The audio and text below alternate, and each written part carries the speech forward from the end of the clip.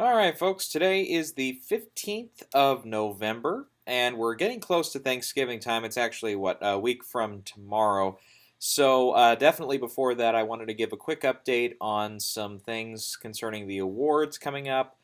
We've got some major news coming out, actually, of the Golden Globes as far as classifications. We're going to get to that in just a minute here. But on top of that, I've also got some one major significant change in my Oscar predictions as well. Now, if you've been following me here this year, the past few months, as we've been trying to figure out, okay, what film is gonna be the best picture contender, going into the nomination stage? Which one is in the lead? Which one is considered the top dog right now? And a lot of sites, I think, foolishly, are picking Dunkirk. Now, yeah, I've got my reasons not to pick Dunkirk. First of all, because number one, personally, I just don't really get the love for it. Now, obviously, I think technically it's a very well made film and it's, well shot, well executed and everything. To a degree. I've expressed this a few times, but I just felt like it was out of place with, telling the three different perspectives. That's a big problem I have with it. And then number two, we've seen really a love in the past few years for the smaller independent movies that don't really have all the visual effects, don't have all the big spectacle to them. I mean, we definitely saw that last year with Moonlight winning Best Picture over La La Land, with being the small kind of independent film. Obviously, Spotlight, Birdman, even though it did have visual effects and a few things in it, was classified as an independent film, and it had small enough budget to be considered for a lot of those awards, like the Gotham Awards and so on and so forth. Um, and even 12 Years a Slave, to some degrees, it was also in that independent feel. So it's been a while since we've seen a big kind of major studio release that's also kind of a general release that gets all the big successes to it. Argo is probably the last one before that. And then what? Maybe, gosh, do we have to go back to? It's been a while since that. Argo was the first one in a while not to really be one of those small independent kind of movies that breaks its way through. So yeah, obviously we might be overdue for something like that. So Dunkirk obviously has that going for it. Plus the fact that Christopher Nolan is probably one of the top two or three working directors today who is overdue for an Oscar win, and let alone for him to get nominated for Best Director. He's never been nominated for directing. He has been for screenplay, and I can't remember if he was a producer on Inception or not. I know that made it into Best Picture, but I can't remember if he was a credited producer that would get a nomination for it. But anyway, so I didn't really have my guns on Dunkirk getting the win. Instead, I picked Call Me by Your Name. It's again, it's another small independent movie, kind of like what we've been seeing the last few years. Plus, it was really one that came out of the festival circuits like Sundance and later Toronto, and I think it was at Telluride too. And we've even seen it lately here at I think it has a screening at AFI Fest, among other things. Anyway, we've seen that one. There's really nobody out there who hates the movie. I know, sure, it's not 100%. It's actually 98%, I think, on Rotten Tomatoes, or 99, close to that. It's very, very well received film. Nobody really has a problem with it. And the same way, Dunkirk, one thing that people, not everybody loved it. So that's one thing going against it. Another, a few other couple contenders we can talk about here. The Shape of Water. There's some people that say, well, it's a little too fantastical or a little too out there for the Academy. Or The Post. Well, we haven't seen it yet. Nobody's seen it. Actually, we do believe that there are going to be some press screenings coming up on Sunday the 19th. So that's actually within a week here. And we actually just saw the first trailer for it a little while ago. And it's, yeah, a very solid trailer, but we can't say you're going to win Best Picture just based off of one trailer. So, um, you know, nobody's seen that one. Darkest Hour has some people just didn't care for it. Some people think it's pretty cliched, kind of biopic kind of movie, and other stuff. There's a couple other ones out there that have that, some similar problems, like Get Out. I know some people are picking maybe not to win Best Picture, but to get in. Well, number one, yeah, as we've been saying all along, the Academy doesn't really go for horror movies, let alone horror comedies. obviously there's been films like The Sixth Sense or Silence of the Lambs that have gotten into the categories of Best Picture. Silence of the Lambs, of course, won. And it's every once in a while that we do get a movie like that that comes up and gets a nomination for Best Picture. But it's just a thing to where it's a horror comedy, so that makes it a little harder. And even some people even don't even call it a comedy. Like me personally, I don't know if I would necessarily go out of my way to call it a comedy. I mean, there's obviously one or two very funny characters that come in there, and some of the reactions and some of the characters do have some little quirks about them. But it's not necessarily a laugh riot kind of movie. Not the way that something like I don't know, a couple other examples this year, like The Big Sick. That's a pretty obvious. It's a comedy, romantic comedy in that case. Or Downsizing is another one to where it's got some dramatic stuff behind it, but at the end of the day, it's really just Matt Damon and crew just kind of taking this in a more comedic approach. Or the same way, another one is Battle of the Sexes. I'm kind of naming some ones that are in the contention right now for the Golden Globe for comedy musical. We'll get there. We'll get there. But anyways, there's been a lot of problems with a lot of these movies, or things going against them. So that's why I picked Call Me by Your Name, because it really just didn't have anybody saying this movie is bad or this movie is gonna not really going for the Academy style. And I think the reason why I had it at number one for a long time, and now I'm not going for it anymore. But I think one reason that maybe its popularity has dipped a little bit is just because Sundance was so long ago. A lot of the screenings at Toronto and stuff, obviously they were well received, and all the critics there and everybody who was there really, really liked it. It's just that it didn't get the big uproar of backing really that you need. And we've seen this year more than ever that Hollywood has, well, I don't want to say gone out of its way, but they've really been supporting women this year. And we've seen, I've named it several times, but the biggest movie of the summer blockbuster season this year was Wonder Woman. $412 million domestic gross. That's, who could have predicted it getting that high a number? Who also could have predicted it was going to be a good movie based off what DC's been doing lately? And not to get off track here, but we've seen that. And now, here in the last 6 or 7 weeks, it's just been a case where it hasn't been the case of it is, but it feels like every day there's somebody else coming to the limelight saying somebody has molested me or has assaulted me, or and all the stuff that has come out, or harassed me, whatever word you want to use. It does feel like every day there's somebody else who's coming out making claims or saying this and saying that. And really, when we look at the Academy, some of their picks for Best Picture sometimes come down to the politics of the situation. And I'll make this argument again. I made it last year, and if you disagree with me, you disagree with me. But I still feel a big reason why Moonlight was our Best Picture winner last year was because there was kind of this whisper going around of, hey guys, let's make sure we don't get another Oscar so white situation.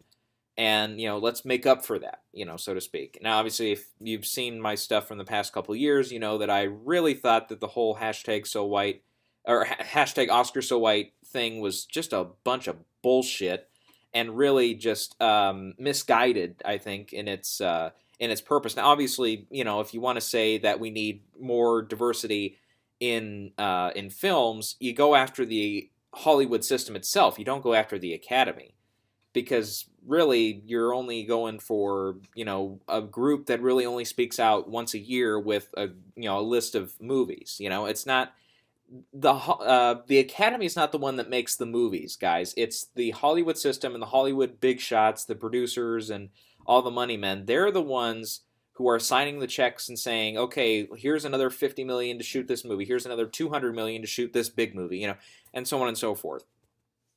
So if you want to really send a message as far as what films you think should be made, and as far as which films do you think are worthy of being made, you say that to the industry. Now, there's obviously there's a lot of arguments for what the Academy has missed over the years, missed opportunities. maybe some nominations that should have happened that didn't happen, and and we can almost take those on a case by case basis. But again, I just thought the whole thing was really misguided, and yeah, in my personal opinion, I thought something like La La Land, or even for that matter, Manchester by the Sea, another nominee from last year, would have been much better choices for Best Picture, and for me personally, would have been more well, not to say correct, but more fitting to my taste picks for Best Picture. And it felt like either one of those two movies would have been a great choice, but it just wasn't what won, and obviously I can't do anything about it now. But speaking of which, it's kind of funny, and not to make a big joke out of this, but how happy right now is Casey Affleck that his movie came out last year and not this year, with all the accusations and harassment statements going around. My God, that movie would be completely dead in the water if it came out this year.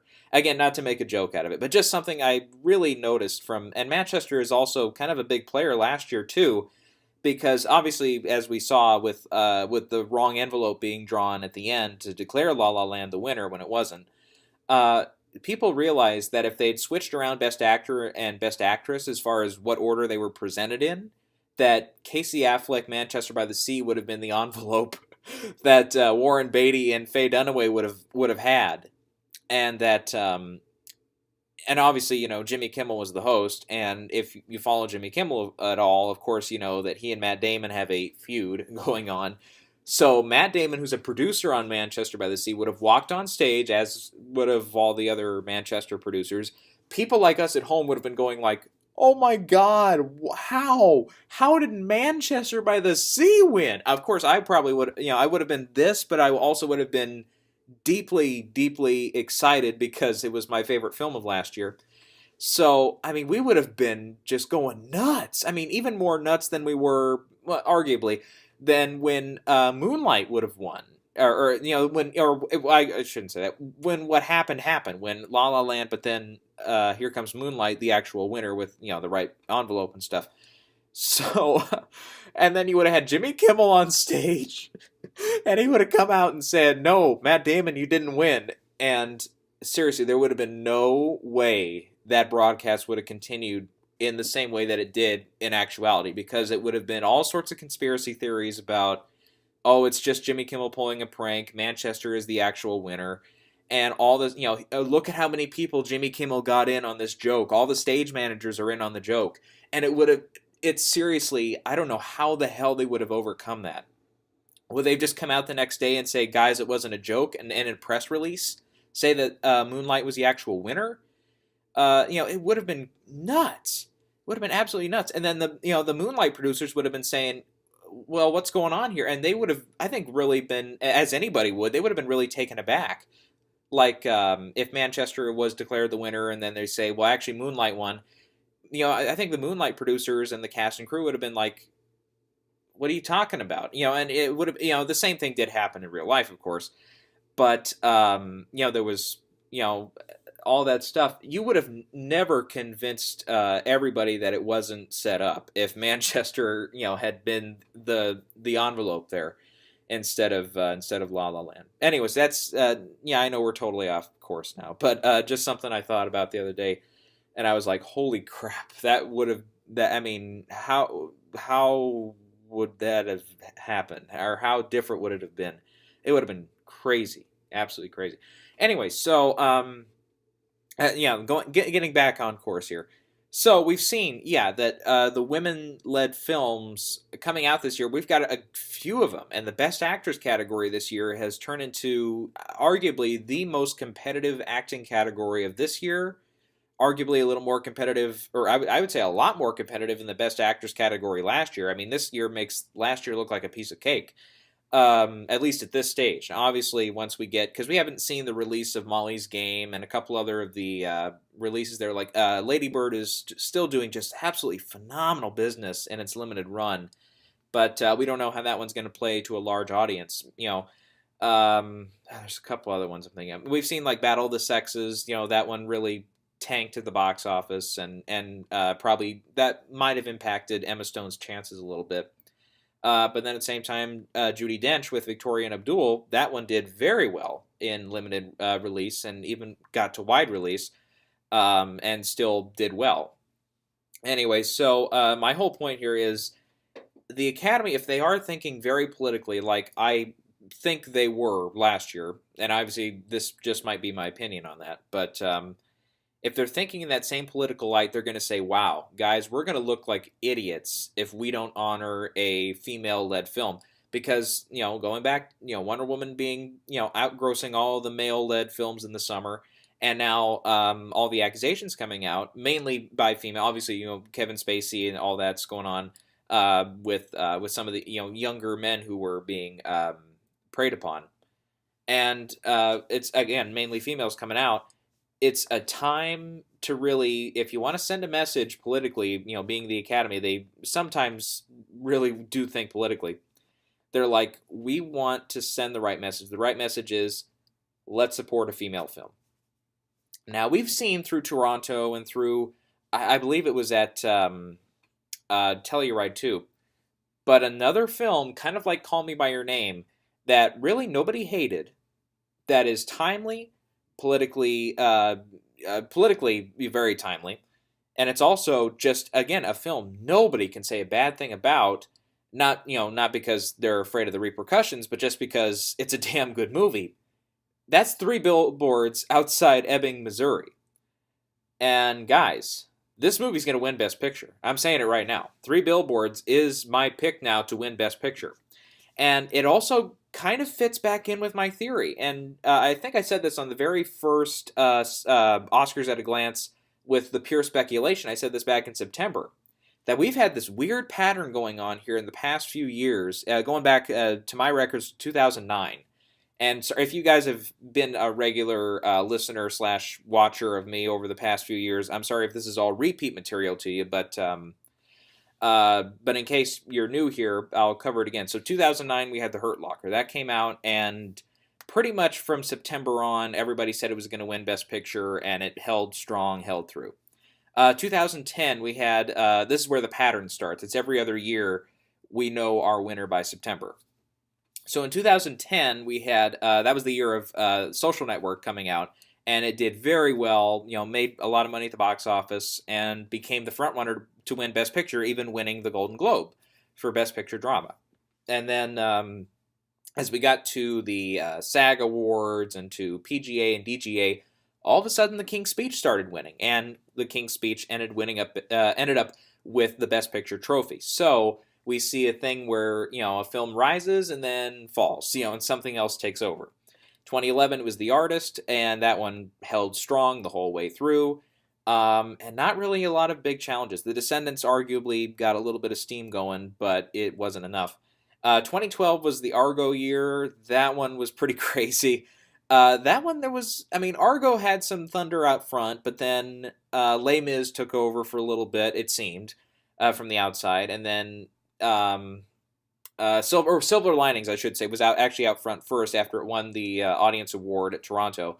And then Argo came out, and everybody loved Argo. And then people thought about it, and they're like, well, Tom Hooper's out with Les Mis, and that's kind of when Les Mis took over.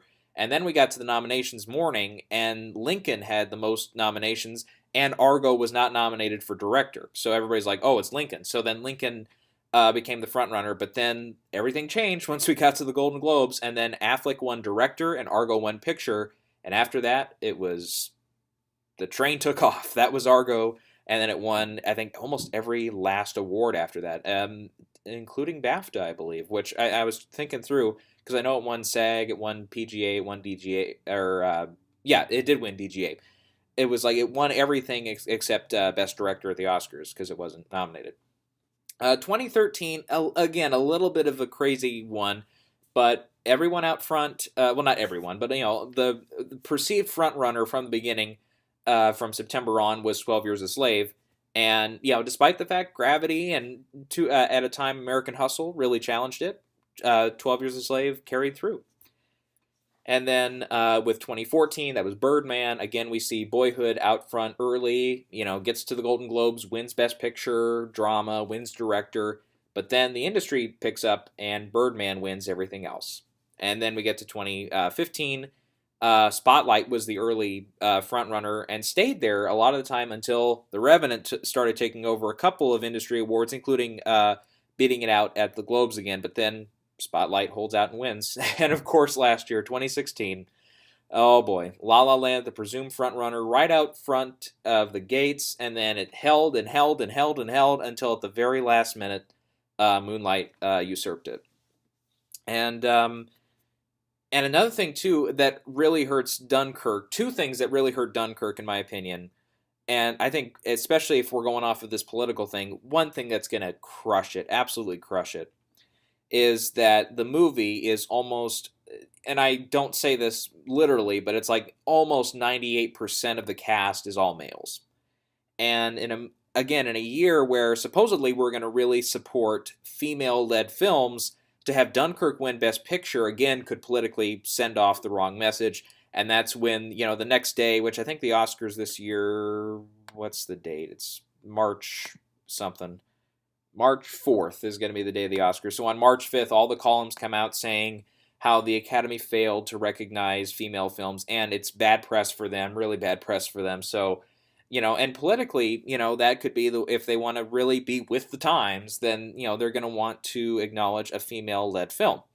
So that's, one thing there. And then another thing, too, is we really, really overlooked this last year with La La Land.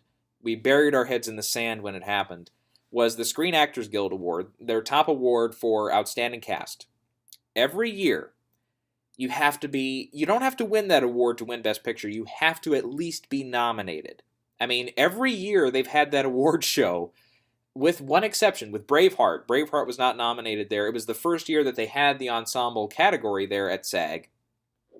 And every year since then, either the film that wins that category or another film nominated in that category wins Best Picture.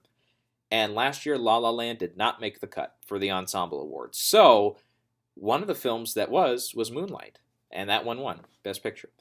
Now, Three Billboards definitely, I think, has a good shot, because not only have you got Frances McDormand, you got Woody Harrelson, you got Sam Rockwell, Peter Dinklage. That's hitting just about every mark you want to hit. Number one, Frances McDormand is a legend. She's been around a long time and is, again, really, you can't really say a bad thing about her. She's, a phenomenal actress. She's always been doing great work, and she's a previous Oscar winner.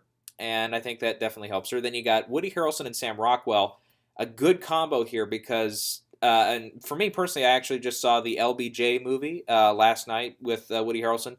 He's pretty good in that, actually. I'm surprised that one's not taken off for him. I mean, he's really does a great job in that one. But Woody Harrelson and Sam Rockwell, again, they've been around for a long time. And these are two actors who just about everybody in the business has worked with at one time or another. They like doing some of these ensemble movies, and they like doing all this other stuff. And for me, Woody Harrelson has been picking a lot of great projects lately, like Edge of 17 last year, he was terrific in. War for the Planet of the Apes was another great one. Let's see, I think there was another one I'm thinking. LBJ, yeah, I like the movie. I mean, obviously, it's got its faults, but he's just really been picking great material lately. And then Sam Rockwell, another one, he's a real underdog when it comes to the Academy. He's always been ignored, and a lot of people, call him, in the top 5 or maybe top 10 working actors today. So he, like Christopher Nolan, he's kind of overdue at this stage to get a nomination. It looks like he's actually in really good shape this year. So again, that's, some really good things there. And plus, Peter Dinklage in the movie. Now think about it. What show was Peter Dinklage on that everybody loves? Game of Thrones, obviously. And at Screen Actors Guild, a lot of the voting body, a lot of the people who cast their votes are in television. That really, I think, seals the deal for me for Three Billboards, at least getting a nomination at SAG for the Ensemble Award.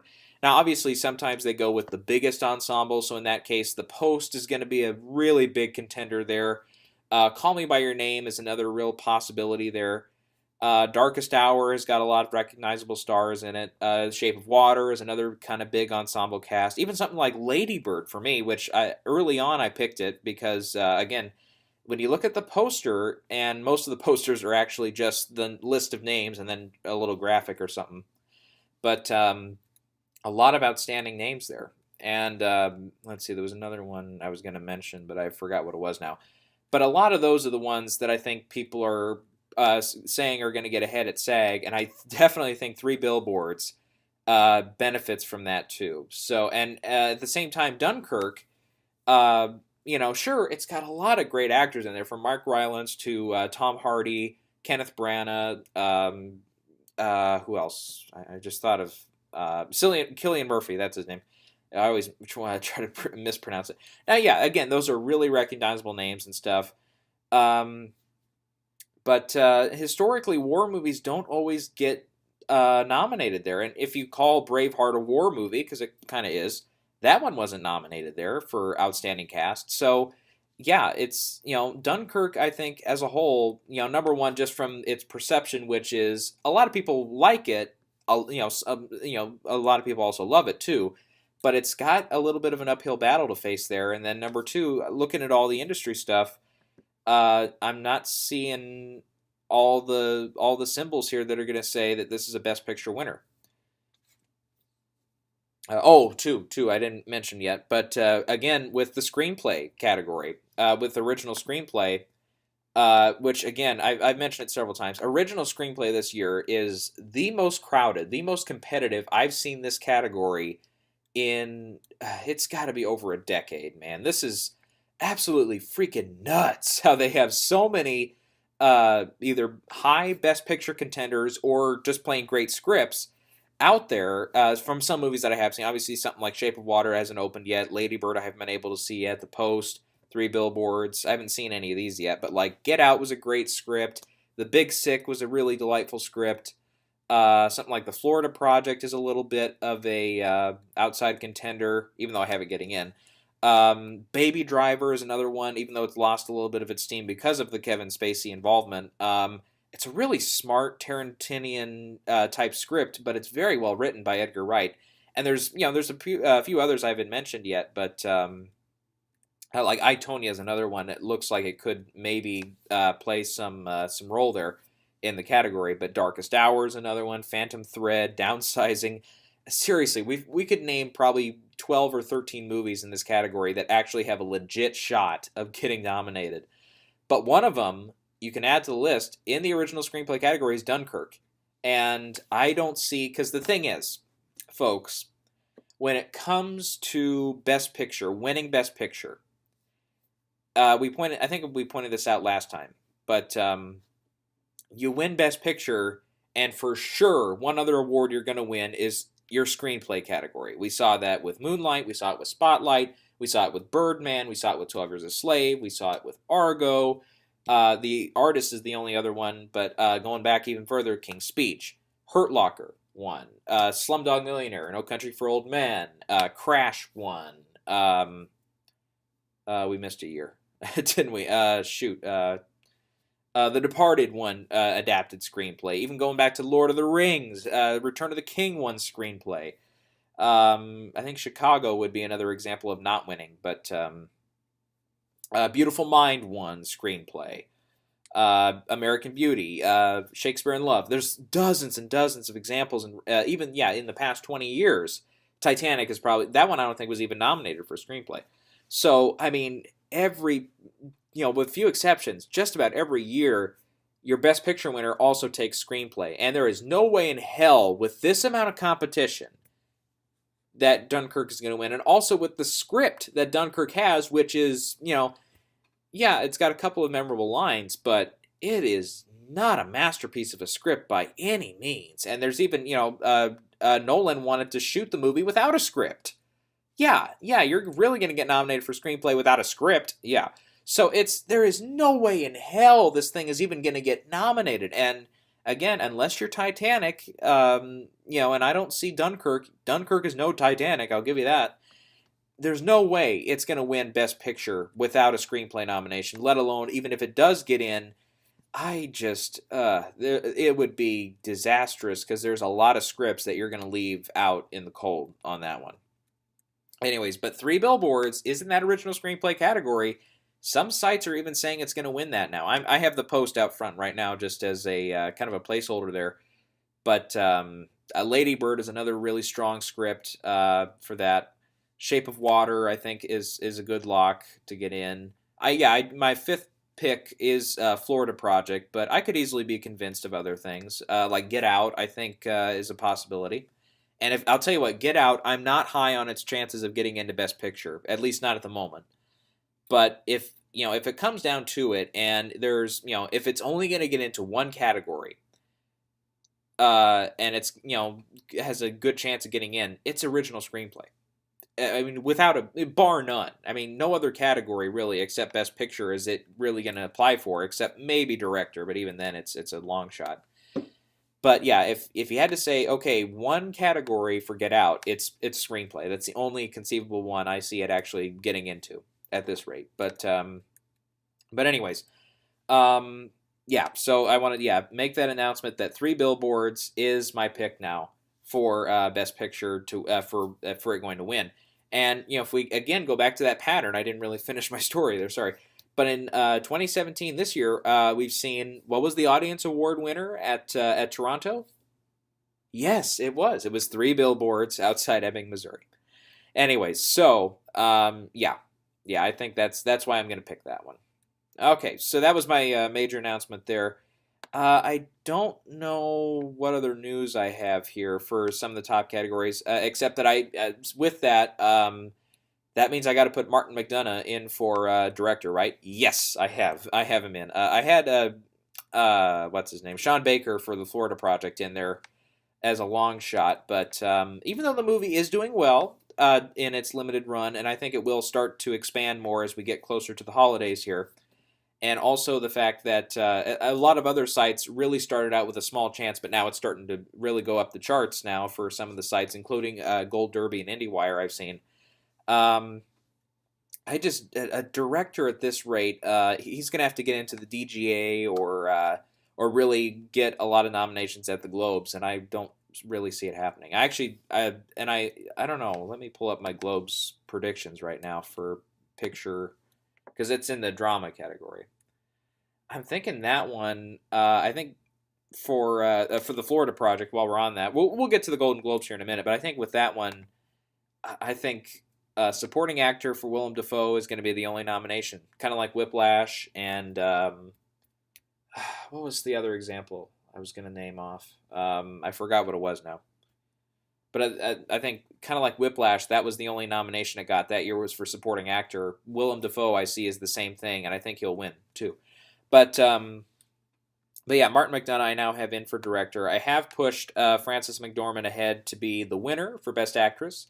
I can see her being an actress who goes home with in her career with 2 Oscars, maybe more if she gets some more really great work.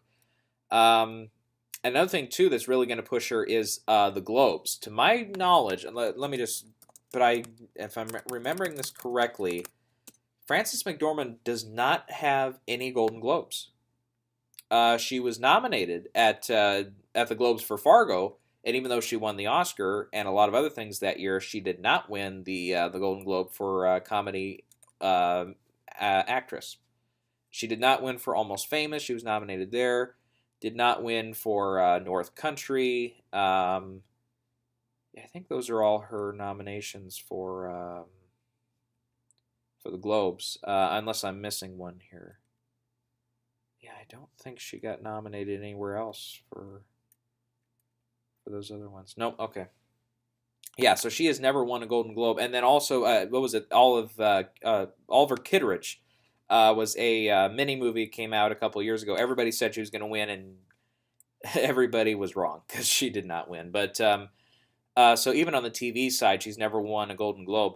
So that's why I'm pushing her ahead to win that, and it will be in the drama category too. I think we mentioned that last time. But that's definitely will help her case. I've put Margot Robbie in for I, Tonya ahead of Jessica Chastain. Again, mainly because I think that movie, right now, it kind of lost a little bit of its steam. I mean, I know coming off of the festivals and stuff, there were some really great reviews, people saying it's the performance of her career so far, and so on and so forth. But that one is, then it's starting to go a little quiet on that one for her. No real changes for Best Actor. Yeah, I think I still have Gary Oldman, Timothée Chalamet, Daniel Day-Lewis, Jake Gyllenhaal, and Denzel for those. For supporting actress, yep, I still have Laurie Metcalf out front. Allison Janney I still have in there, Holly Hunter, Kristen Scott Thomas, and I still do have Jennifer Connelly getting in for Only the Brave, but I don't know actually if they're campaigning that one or not. They should, because she's phenomenal in the role. She's actually, and I haven't, obviously, like, I, Tonya hasn't opened yet. Lady Bird, I have not been able to see yet. It hasn't played in my local area yet. Other than Holly Hunter, and then Tatiana Maslany is another one for Stronger. She was terrific in that, totally getting overlooked. Um, but yeah, Holly and Tatiana are the only two I've seen. Jennifer, for me, fits right in. She delivers a great performance in Only the Brave, which I know nobody has seen that one, but definitely, if you have the chance, go and see that one. Then for supporting actor, yeah, I've got my usual four here. I'm still on the fence about Ray Romano getting in. It's gonna be tough, but I'll tell you one possibility. I mentioned it last time, but I'm considering going for it. Uh, well, I didn't mention it. When did I mention this? Oh, okay, yeah, I did. Sorry, I was talking. Sorry, I was talking to somebody else about this the other day. Sorry, so I did not say this previously on YouTube here, but and I have not spoken on this yet. But with Kevin Spacey actually being pulled out of All the Money in the World and being replaced by Christopher Plummer, again because of the allegations and stuff. Another example of why I think this year that this is all the pressure is going to be on the Academy to say, are you going to support this kind of stuff? And of course, they're not saying that blatantly. I'm just saying, the bad press of it could come out. But with Christopher Plummer coming in with 6 weeks before the movie comes out, you're going to pull out one of your main actors and completely reshoot the part in 10 days, costing you millions of dollars. And also another thing too was Kevin Spacey, from what we've heard, was gonna be supported by Sony with a big campaign for supporting actor. So they loved his work in it, even though now obviously they've had to make some changes here. And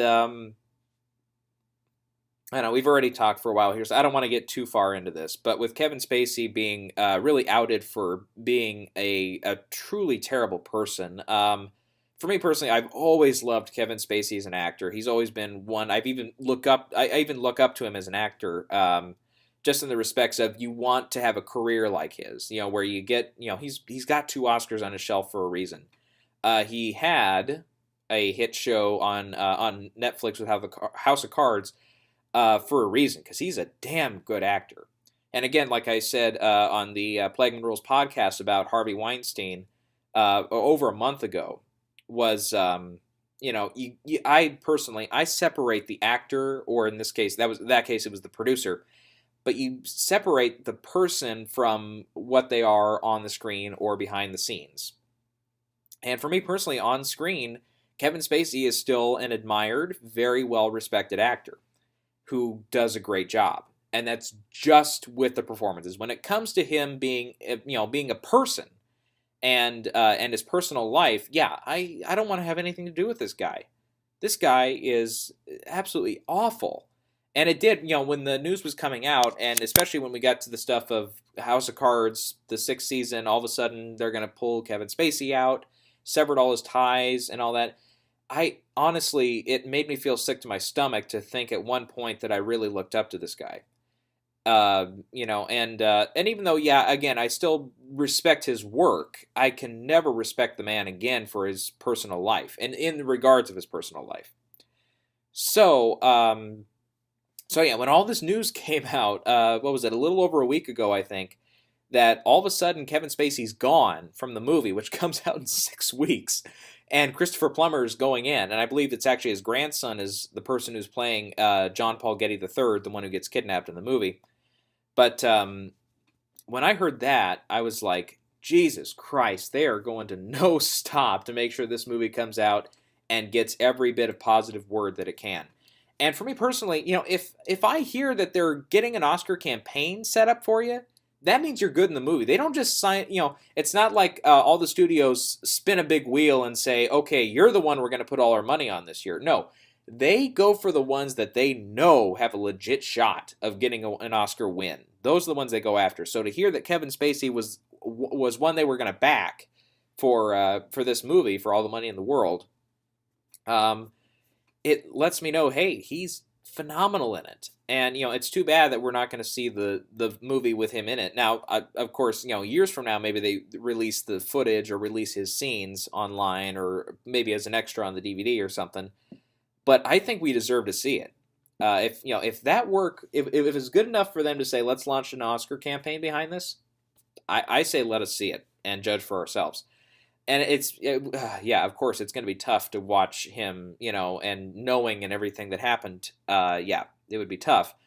But yeah, I for one would love to see it because he did look like he was going to give a really nice performance in the movie.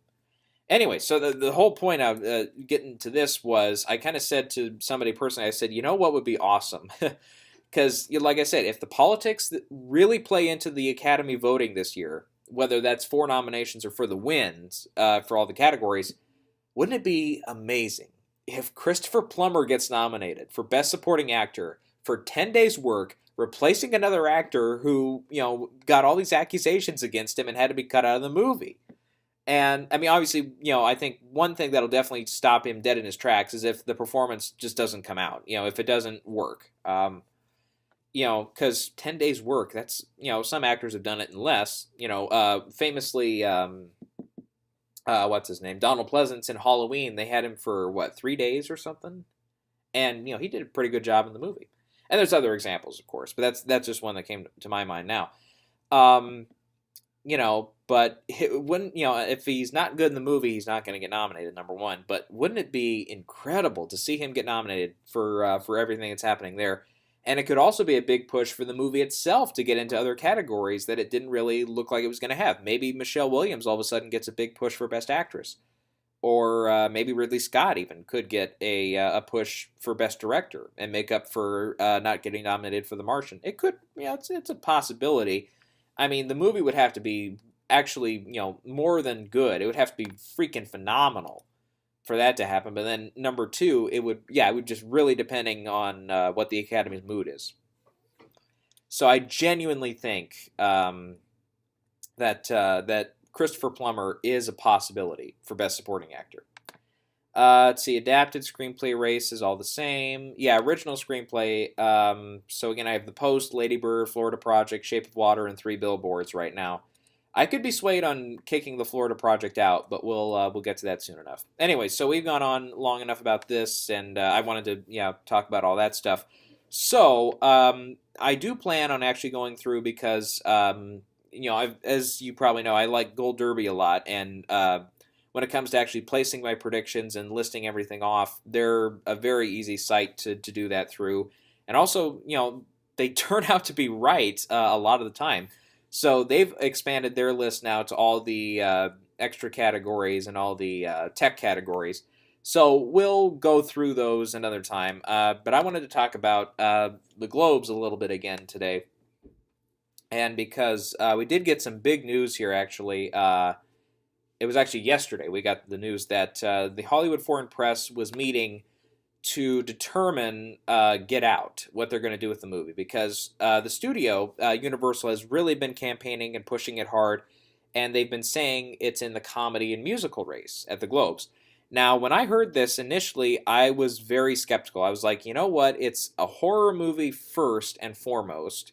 It's when it does get comedic, it's only through one or two characters and maybe a couple levitous situations where all of a sudden you're like, oh, okay, it's for levity, and I don't want to pull out examples of the movie because I know a lot of people have not seen it yet, and it's one that you don't want spoiled for you. You don't want spoiled for you, so, yeah. Anyway, so, and yeah, I've said this many times, but for me personally, it is the best movie to come out this year so far, for me, is Get Out. But I was very skeptical of its chances of getting into Best Picture, Comedy, or Musical. I was kind of thinking, I was like, well, they got such a backlash for giving The Martian Best Comedy film a couple years ago that I don't see him doing that again with Get Out. So I kind of determined, I was like, you know what, they're probably going to meet on this, and then we're going to hear about it in a few weeks, but it's going to get pushed over to the drama category. and it's going to get thrown into obscurity, and it's not going to get nominated there because the drama race is just so stacked this year. We've got over there, just to name off a few contenders here: The Post, Three Billboards, Call Me by Your Name, Darkest Hour, Shape of Water, Dunkirk, Mudbound, even as I think a possibility, since Netflix has been embraced by the Globes. Phantom Thread is going to be over in the drama race. The Florida Project, Stronger, Wind River, if they even get a chance, or Molly's Game. There's a few other possibilities that, sometimes Golden Globes kind of go their separate way and they don't really care what everybody else says. But that's a lot of movies that have, stronger chances right now than Get Out does. But I said, you know what? It's not a bad move because The Martian, I think being in that musical comedy category and having the pedigree of saying it was nominated as one of the best films of the year in that regard, it helped its Oscar race a little bit. And then winning the top prize, I think, definitely secured its nomination for Best Picture. And yeah, obviously I get the sentiment behind it, but I just didn't think the Globes would go for it. But anyways, we found out last night, and Chris Tapley, I follow him on Twitter. He's a smart one to follow. He's got a lot of good insights, and he's on the ground working the Hollywood scene. So yeah, but he said that Hollywood Foreign Press has met up on this, and they confirmed Get Out will be in the comedy musical race. Okay, all right, fine. It's getting in. So I wanted to make that announcement here that yes. But I see it as a case for Get Out. I see it as a case like Sing Street last year. It gets in for Best Picture, musical, or comedy, but nothing else. We've seen there's a few other examples, like Red, I think, was one from a couple, that'd be almost 10 years ago now. Wow, jeez. There was another one that came to mind. I can't think of it right now. It jumped my brain, but there's a number of films that have been nominated as musicals or comedies that get in for that top category, but then don't get nominated anywhere else. At the Globes, I should say. Anyway, so I think Lady Bird is the one that's going to win this category. There's almost no quibbles about it being a comedy or a drama. It's a comedy. The Greatest Showman I have in second place because musicals aren't made all the time anymore. So, that's they like to nominate him at least, even if they don't give him the top award all the time. Disaster Artist I have in there, The Big Sick I have in there, and now, Get Out. So I pushed out Battle of the Sexes, which, again, I think the steam for that one is running out. And it's going to be tough for Battle of the Sexes to get way too much here because Emma Stone did just win last year for La La Land. So I think Saoirse is the frontrunner for Best Actress in a comedy. For Best Actor, I'm actually hearing James Franco could make a run for it, but I'm moving Kumail Nanjiani out front for The Big Sick. Even though, yeah, this does kind of remind me, maybe just because Judd Apatow is a producer on this one too.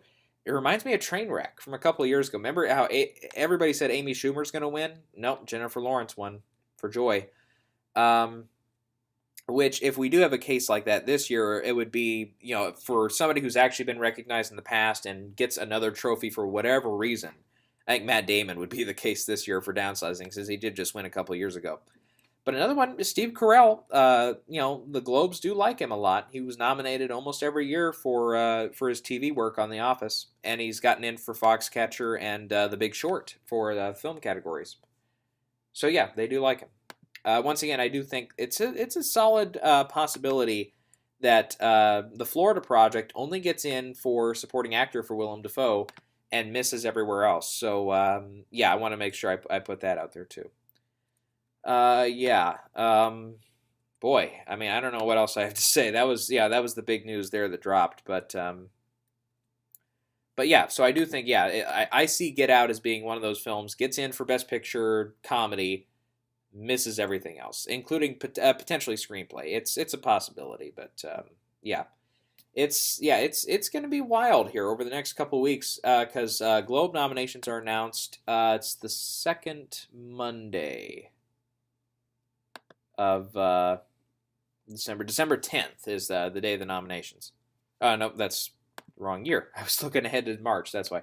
Sorry, December 11th. Let's get the correct date here. December 11th is the day that the Globe nominations are announced, and then SAG is nominated. Nominations are announced on the 13th. So, again, like last year and most years, yeah, they're just back to back, or pretty close to each other as far as when they announce.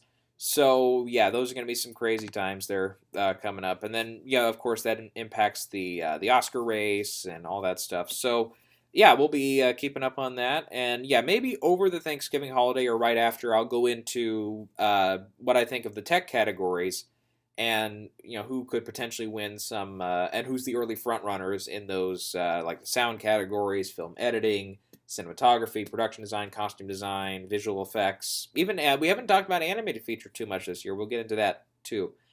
So yeah, if that doesn't go up around Thanksgiving, it'll be up a little bit after Thanksgiving. So yeah, in the meantime here, it's we've got new stuff going on every once in a while, and like I said, it feels like a case where every other day or every day we have somebody else being accused of really some horrific stuff going on.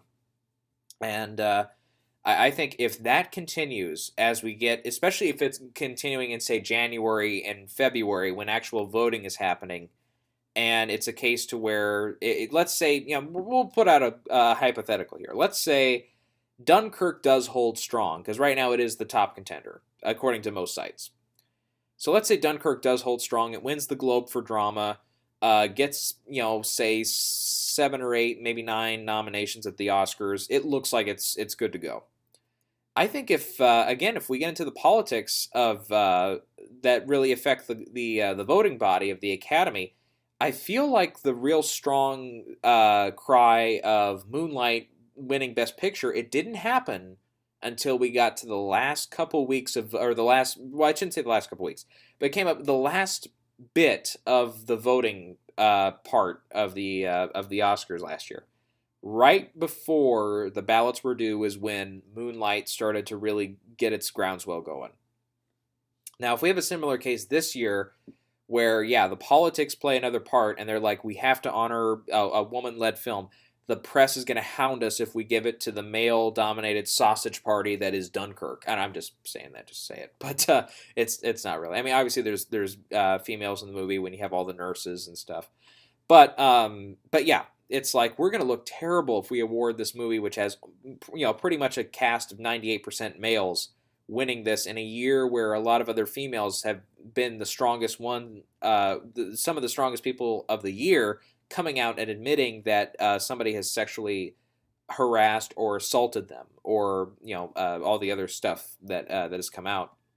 So it's a year where we want to support female films, and I think if that continues into January and February when the voting is going strong, that, I mean, I could make the same argument again if it happens, but that could be a case where all of a sudden something like Three Billboards or Lady Bird or even The Post, which is, I think, going to have its own timeliness when it comes to its release, they could really bunch up and get a lot more votes than they would have, and could play a much bigger part of the Academy this year than we would have expected. So, just a couple things to keep in mind there. All right, so we'll be back again next time.